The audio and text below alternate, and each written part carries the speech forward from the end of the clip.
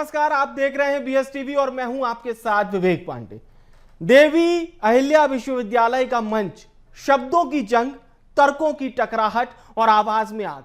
जहां मंच पर मौजूद थे सूबे के मुखिया खुद मुख्यमंत्री डॉक्टर मोहन यादव और उनके साथ विधानसभा अध्यक्ष नरेंद्र सिंह तोमर, लेकिन इस बार चर्चाओं में कोई सीजन्ड नेता नहीं बल्कि चमकता नया चेहरा महापौर पुष्यमित्र भार्गव के सुपुत्र संघमित्र भार्गव। जी हां, मंच पर जैसे ही संघमित्र ने माइक संभाला, शब्दों ने धार पकड़ ली और निशाना साधा गया सीधे रेलवे की खामियों पर। तेज तर्रार अंदाज, चुपते हुए तर्क और ऐसे ऐसे सवाल की मंच पर बैठे बड़े बड़े नेता भी ठहाके लगाने को मजबूर हो गए। मुख्यमंत्री मुस्कुरा उठे, स्पीकर साहब चौंक गए और बेचारे महापौर साहब मानो तो उनके पसीने छूट गए, क्योंकि बेटे की धारदार आलोचना और वो भी ऐसे मंच से जिसने सबको सोचने पर मजबूर कर दिया। तो चलिए अब किस तरह से वो पूरी बयान की प्रक्रिया हुई, क्या कुछ इसमें शामिल रहा, इस खास पेशकश में हमारे साथ आप जुड़े रहिएगा। एक एक करके आपको सारी कड़ियों से रूबरू कराएंगे।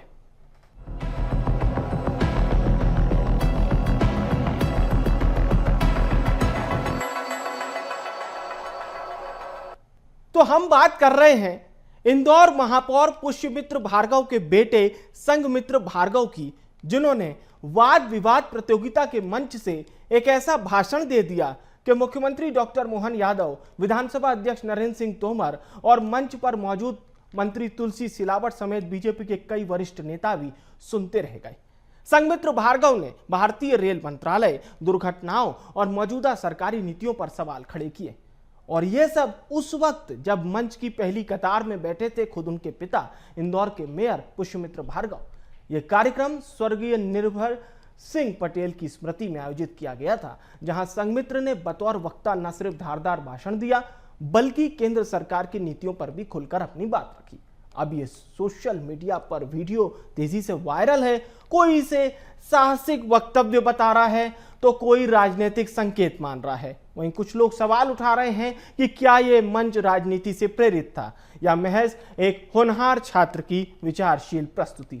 तो चलिए अब आपको दिखाते हैं वही वायरल वीडियो जिसने इंदौर के मंच से दिल्ली की सियासत तक हलचल मचा दी है।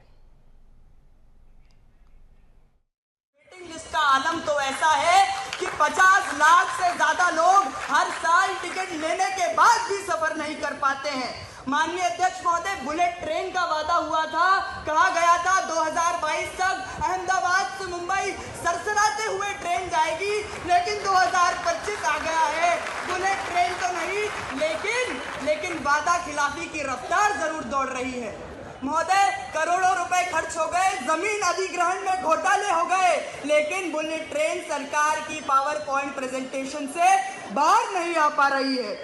महोदय, सरकार कहती है कि कवच तकनीक सिस्टम से रेल हादसे खत्म हो जाएंगे, लेकिन आपको बात बता दूं कि 10 साल में पिछले 10 साल में 20,000 लोगों ने रेल हादसों में अपनी जान गंवाई है।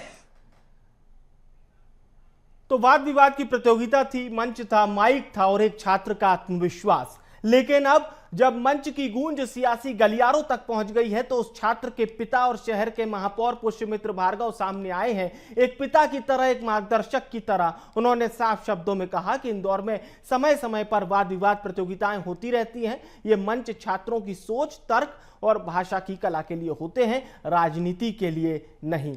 उन्होंने कांग्रेस पर निशाना साधते हुए कहा कि कांग्रेस इस पूरे मामले को जानबूझकर राजनीतिक रंग देने की कोशिश कर रही है।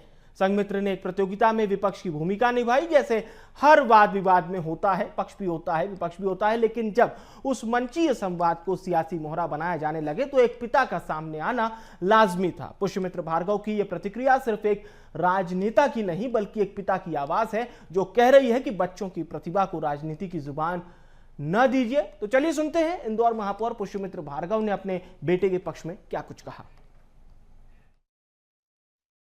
समस्या है कि वो खेल में राजनीति करती है और राजनीति को खेल समझती है, इसलिए कांग्रेस सृजन की बजाय उसका विसर्जन हो रहा है।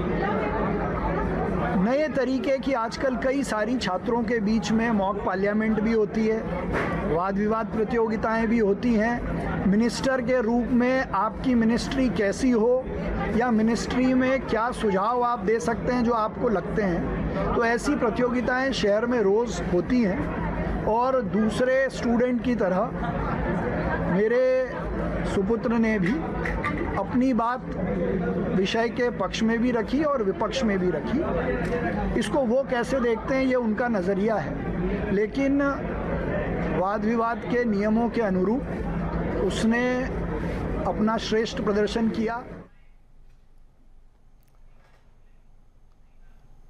तो पुष्यमित्र भार्गव के बेटे के भाषण पर दिग्विजय सिंह का बयान भी सामने आया है। दिग्विजय सिंह ने संघमित्र की तारीफ भी की है। प्रभावशाली भाषण की तारीफ करना क्या राजनीति है, ये बात भी सामने आ रही है। लेकिन जो सबसे महत्वपूर्ण बात है वो ये है कि सियासी प्रतिक्रियाओं का आना जारी है और सुना देते हैं आपको दिग्विजय सिंह का बयान।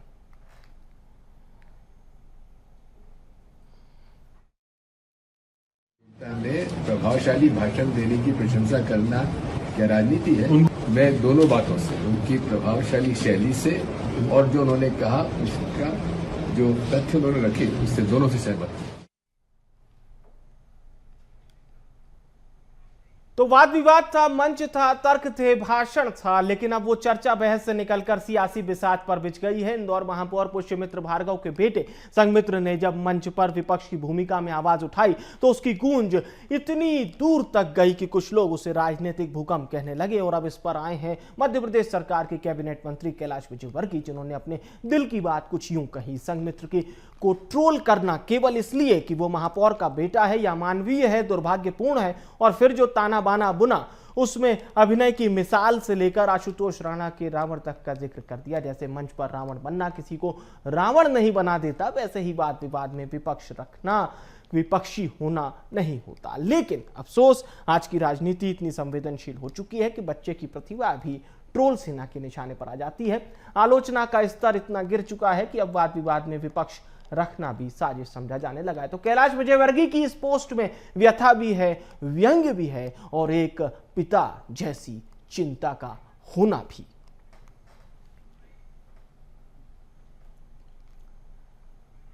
तो एक वाद विवाद प्रतियोगिता, एक छात्र का धारदार भाषण और अब उस पर सियासत का घेरा।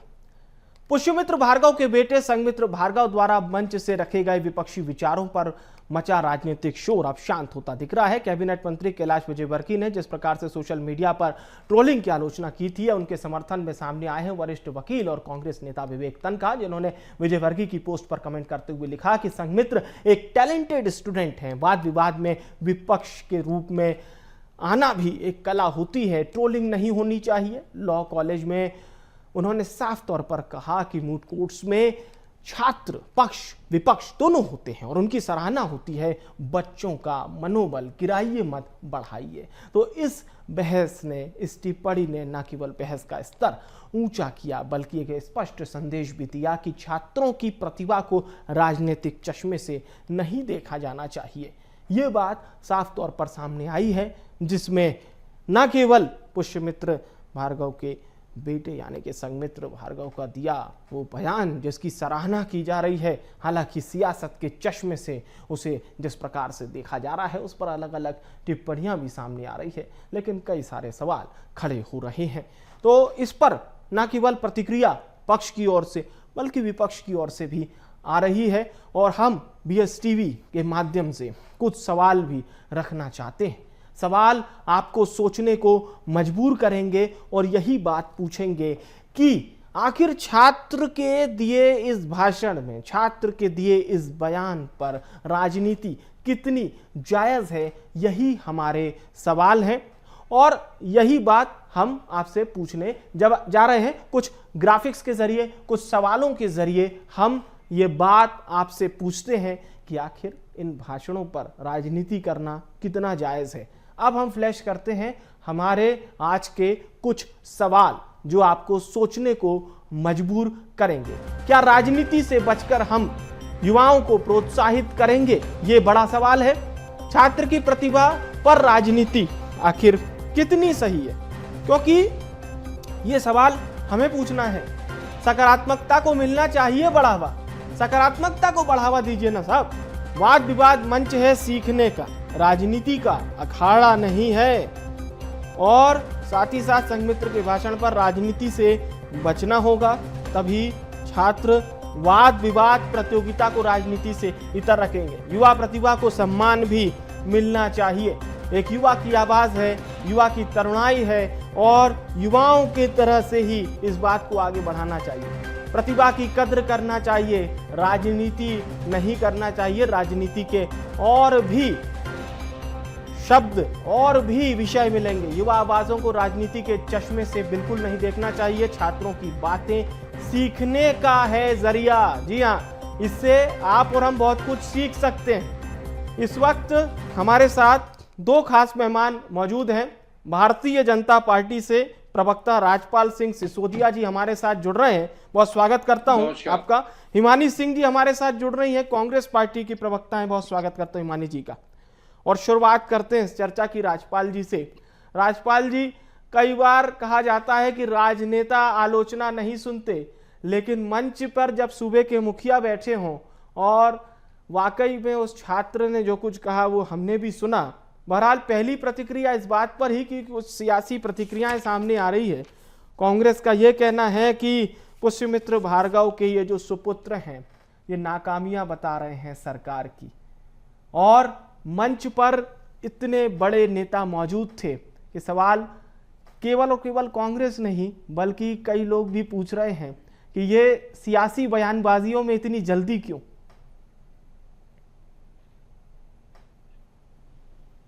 वाद विवाद प्रतियोगिता का मतलब क्या होता फिर? तो ये अपना पक्ष रखना, जो पक्ष मिला है। आज इस डिबेट में भारतीय जनता पार्टी के प्रवक्ता के रूप में बैठा हूं और आज आपने विषय दे दिया, उस विषय पे अपनी बात को रखना, अपने पक्ष को रखना, तो स्वाभाविक तौर पर संघमित्र भार्गव एक विद्यार्थी है और विद्यार्थी के नाते उन्होंने एक भाग लिया है प्रतियोगिता में और प्रतियोगिता में अपनी बात को विपक्ष के नाते रखा और जो विषय मिला उस विषय पे उन्होंने अपनी बात को रखा।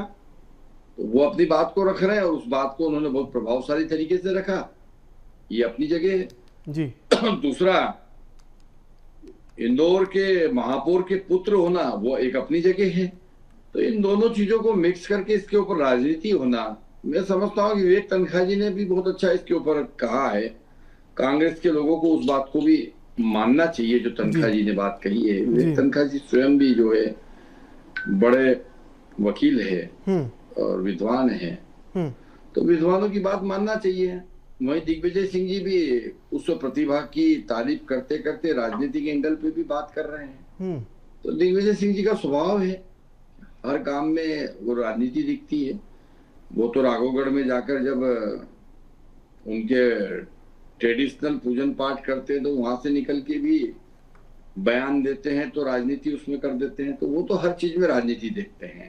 तो दिग्विजय सिंह जी का विषय जो है वो अपने आप में जो है कांग्रेस के लिए बड़ा पीड़ादायी है वो, क्योंकि कांग्रेस को के बने बनाए खेल को बिगाड़ने में दिग्विजय सिंह जी माहिर है। तो दिग्विजय सिंह जी की बात पे क्या बात करना, पर मैं ये जरूर कहना चाहता हूँ कि प्रतिभाएं अगर है और उन प्रतिभाओं ने अगर अपना प्रदर्शन किया है और प्रदर्शन करके पक्ष हो या विपक्ष हो अपनी बात रख के अगर उस प्रतियोगिता को जीतने का काम किया है जी, तो इस प्रकार की बात करके और उसका कनेक्ट करना महापौर जी से मैं ठीक नहीं समझता हूँ। उसके बाद भी जिसको जो कहना कहते रहे।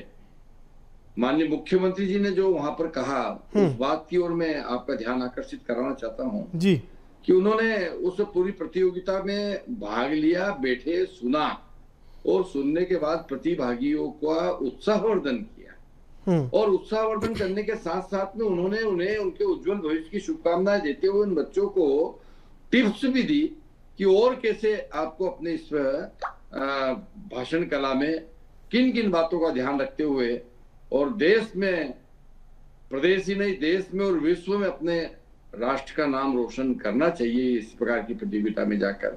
तो ये उत्साहवर्धन करने का काम किया। मैं समझता अच्छा होता कि दिग्विजय सिंह जी भी हमारे इन छात्रों का उत्साहवर्धन करते हैं पर दिग्विजय सिंह जी को उसमें छात्र कम दिख रहा है, पुष्यमित्र जी का बेटा ज्यादा दिख रहा है, तो ये तो गिलास है साहब, आधा भरा भी दिखेगा किसी को तो आधा खाली भी दिखेगा। नजरिया है अपना अपना।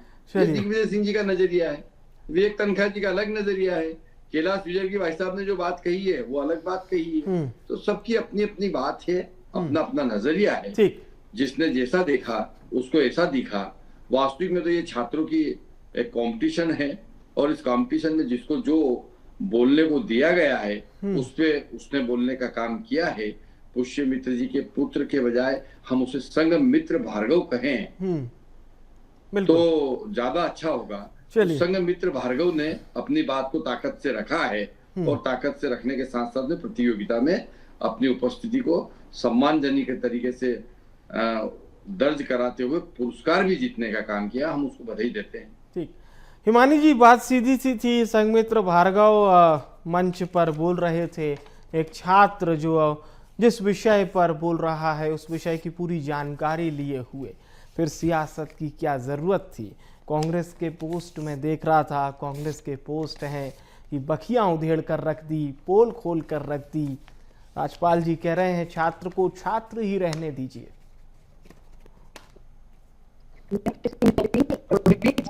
जी, भार्गव की कुशलता पर, उसके वाक कौशल पर किसी ने कोई सवाल नहीं उठाए। आपने भी कहा विषय की पूरी जानकारी के साथ बोल रहा था, मतलब जो जो कुछ भी उसने बोला तो उसकी पूरी जानकारी थी उसे और वो सच था।